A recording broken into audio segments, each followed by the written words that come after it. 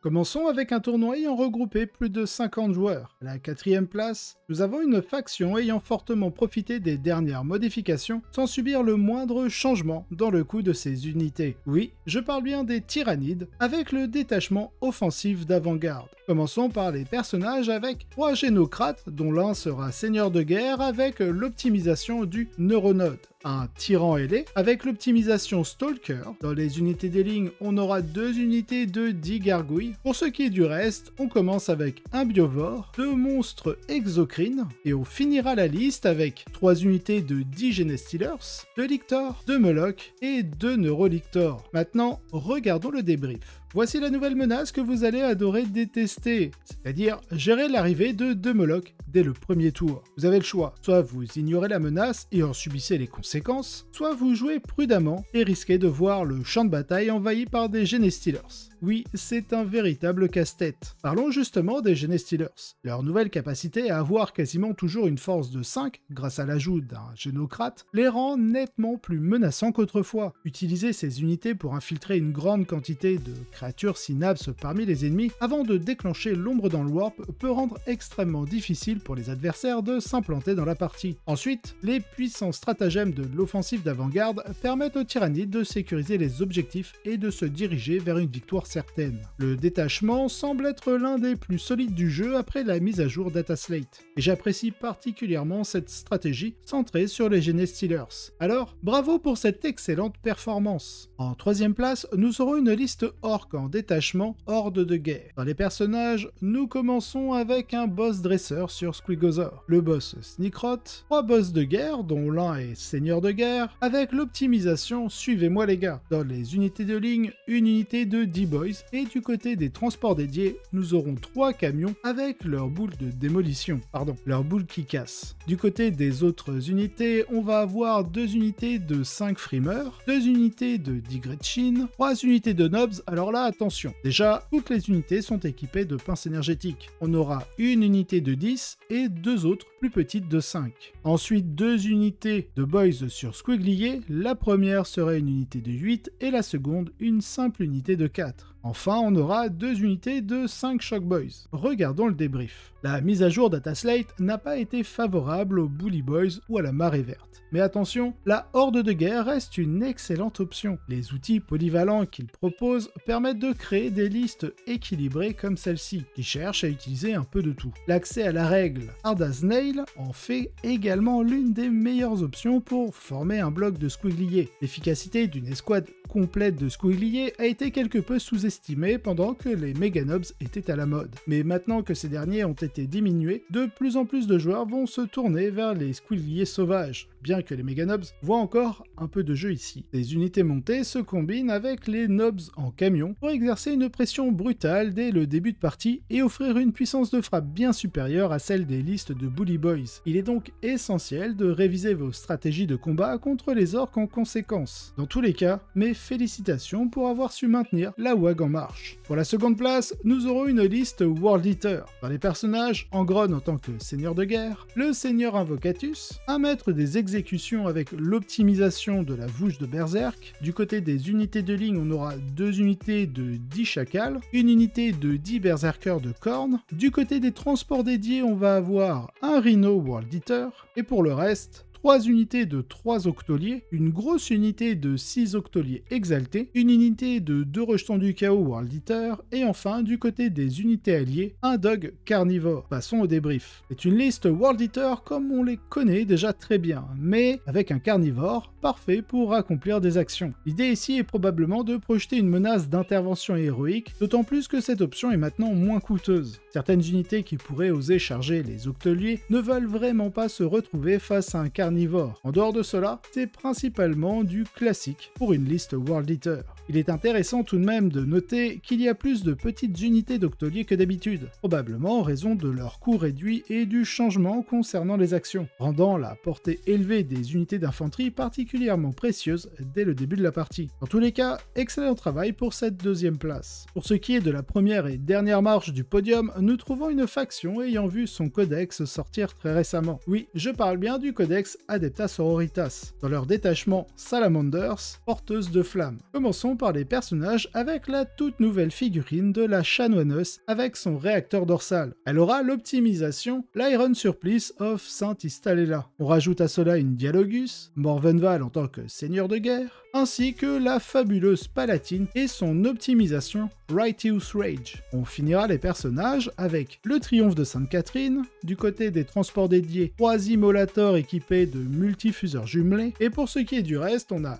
2 Castigators, 2 unités de 10 Dominions, la première sera équipée de 4 lance-flammes et la seconde 4 fuseurs. On finira la liste avec 2 unités de 3 Parangons, toutes équipées de leur fabuleuse épée de guerre. Oui, le changement du stratagème Tank Shock a fortement influencé le fait de ne plus jouer cette fameuse masse. Une unité de 5 Séraphines équipées de leur petit lance-flamme, et enfin une unité de 10 sœurs novices. Allez, lisons le débrief. Les sœurs de bataille font une entrée fracassante, ignorant les augmentations en points reçus dans la data slate pour remporter ce tournoi. Le joueur a opté pour les porteuses de flammes, profitant de la puissante suite de stratagèmes polyvalents qu'elles offrent, et de leur excellente synergie avec les Dominions et les Immolators, tous deux ayant échappé aux ajustements d'équilibrage. En combinant ces unités avec de nombreux Castigators et Parangons, cette liste ne présente pratiquement aucune cible facile dès le début de la partie, tout en ayant une portée considérable pour infliger des dégâts fiables à son tour. Cela lui donne une très haute probabilité de sortir victorieux des premiers échanges. Si c'est le cas, il devient très difficile pour les adversaires de reprendre le contrôle de la partie grâce à la fiabilité des dés de miracle et aux dégâts redoutables infligés au corps à corps par les Parangons et la Palatine. Attendez-vous donc à voir beaucoup de listes comme celle-ci, et mes félicitations pour avoir remporté un GT. Maintenant, on va débuter avec les listes en vrac, et notamment celles ayant remporté un tournoi ayant regroupé plus de 40 joueurs. Et il s'agit d'une liste d'Esgar. Oui,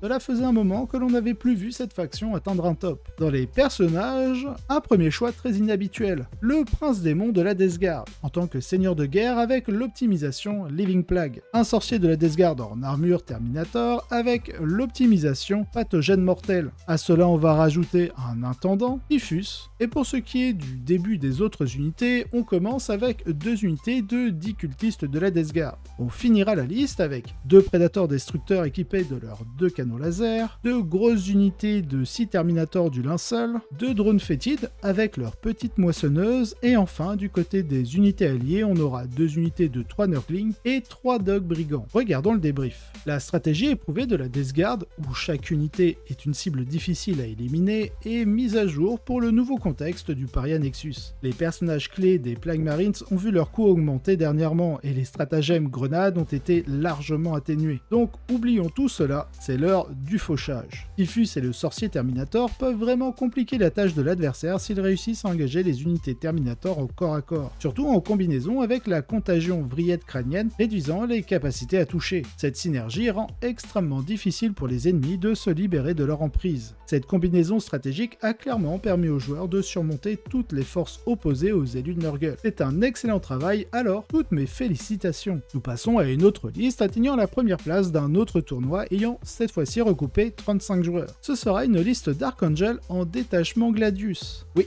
maintenant que le détachement Iron Storm est drastiquement diminué, je pense que ce sera le nouveau détachement favori de nos encapuchonnés préférés. Dans les personnages, on commence avec le fameux apothicaire Biologis et son optimisation discipline de tir. Nous rajoutons Asmodai, Azrael en tant que seigneur de guerre, et du côté des unités de ligne, une unité de 5 intercesseurs. Pour ce qui est des transports dédiés, on aura tout simplement un impulsor, maintenant que l'on peut mettre cette figurine dedans, équipé de son dôme bouclier. Pour ce qui est du reste, on aura une unité de 5 intercesseurs d'assaut avec réacteur dorsal, 3 puissantes unités de 5 chevaliers Deathwing, une unité de 6 éradicators, et on finit avec une escouade de 6 compagnons du cercle intérieur, un Land Raider Redeemer. J'étais assez surpris depuis son augmentation en points qu'il soit encore joué dans ce genre de liste. Et enfin, 2 unités de 5 scouts. Allez, regardons le débrief. Si vous détestez vraiment les chevaliers de la Deathwing, j'espère que vous avez apprécié les 6 derniers mois, car ils sont de retour et en force. Les 2 options d'armes sont désormais très intéressantes, en particulier dans la Gladius, où vous pouvez les pousser à leur limite avec la doctrine d'assaut, c'est-à-dire pouvoir charger après avoir avancé, et le stratagème Honorer le chapitre. le plus 1 pour blesser au contact. Cela vous permet également de menacer l'ennemi avec une avancée très large dans ses lignes, ce qui peut être difficile à gérer pour une grande partie des adversaires. Les compagnons du cercle intérieur, dernièrement améliorés, accompagnés d'Asmodai se déplaçant dans l'impulsor, désormais avec 7 places, comme je le disais, sont également très efficaces avec Honorer le chapitre aussi, provoquant des ravages en cherchant des touches critiques lorsque c'est nécessaire. Rajoutez des unités de Marines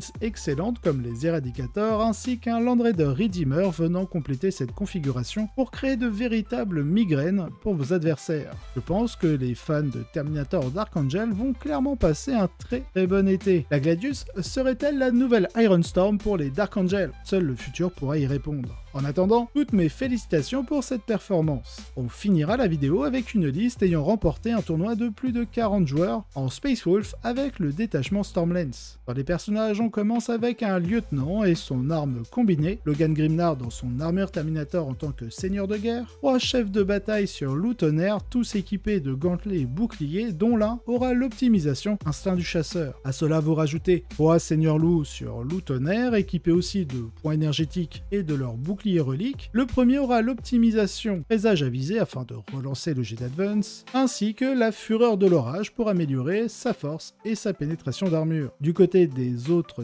fiches techniques, on aura 3 unités de 5 intercesseurs d'assaut avec leur réacteur dorsal, 2 unités de 5 scouts, 3 unités de 6 cavaleries sur Lutonaire, équipées évidemment de leur bouclier, ainsi que 3 unités de 5 Wolfen équipées de leur marteau, bouclier et le petit auto-lanceur. Allez, regardons le débrief. Les Space Wolves continuent de dominer le champ de bataille. Leur liste repose sur des unités de cavalerie sur Lutonaire, de petites unités pour marquer des points de victoire et l'incontournable Logan Grimnar qui apporte une seconde énergie à leur unité lorsqu'elles coordonnent leur charge. Cette combinaison leur permet de rester efficaces et de maintenir une pression constante sur l'adversaire. Leur stratégie de déploiement en multiples petites unités permet une grande flexibilité et une capacité à s'adapter à diverses situations tactiques, tandis que la cavalerie sur Lutonaire assure des charges puissantes et dévastatrices.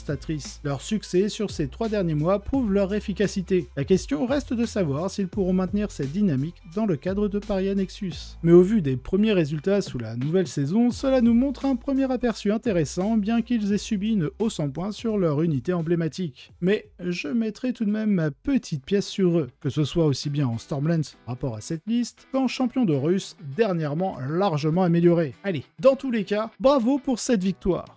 Si vous avez apprécié cet épisode, n'hésitez pas à liker, vous abonner et laisser un commentaire. Cela aide énormément au développement de la chaîne, et je remercie tous ceux qui le font. Si vous voulez avoir les épisodes en avance et sans publicité, vous retrouverez en description le lien directement vers ma page Tipeee, ainsi que d'autres contreparties. De plus, vous aurez un lien d'affiliation du partenaire de la chaîne, My Hobby Place, si vous souhaitez passer commande. Allez, sur ce, je vous souhaite un excellent wargame.